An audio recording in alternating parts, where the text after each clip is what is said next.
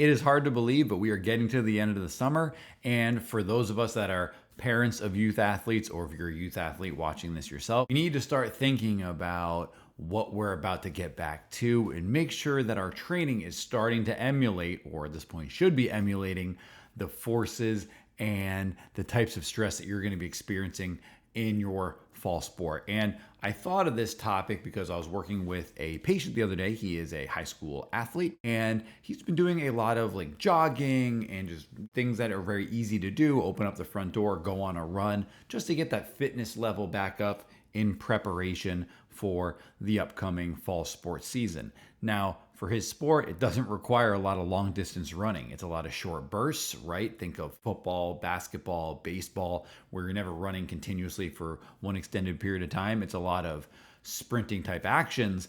And while it's important to get that aerobic base, that overall cardiovascular base up, we need to make sure that as we're about to head into the season, that our body is ready for what's going to be required for the sport at hand, because it is no coincidence that every time the fall sports season comes around, that come end of September, early October, we start seeing a lot of different soft tissue injuries, right? Hip flexor strains, hamstring pulls, things like that, because the training prior to the season didn't quite get the body ready for what was going to be required when the season started. So then we all of a sudden encounter a sudden rise and increase in terms of the activity and the stress that some of these areas of the body are going to have to encounter when the sport starts. So if you're wondering, well, what do I do? Maybe you're getting ready for football season this coming fall, or any other sport that involves a lot of sprinting in this example.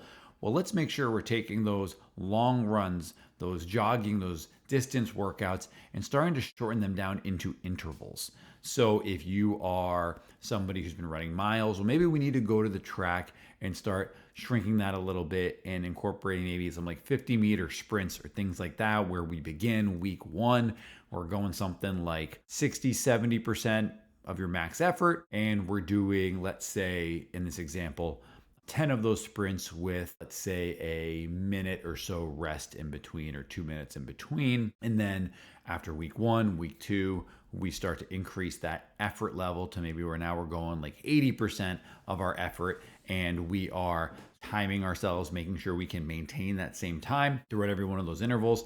Maybe now you're doing another set of 10, and if you feel ready for it, we could then take maybe a 4 or 5 minute rest after you complete those 10, and then do it again to get the body used to that sudden increase in activity, where then it levels off, and then that intense effort again to mimic what you're going to be doing in your sport. And eventually we want to work up to where you're able to put full effort in there and sustain that, because that's often what you're going to encounter. But of course, right, each recommendation is a little different for each person depending on the specifics of your sport, right?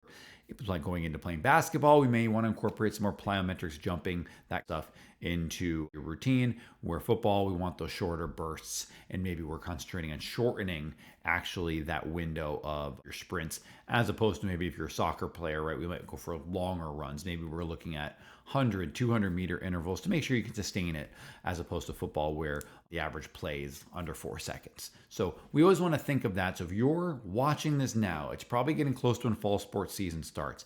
Make sure you're asking yourself, is my athlete's training mimicking the stress that they're going to encounter when they go into preseason of their sport? Because that is going to drastically reduce their risk of suffering one of these soft tissue injuries that we see all the time come this time of year. I hope this video helps.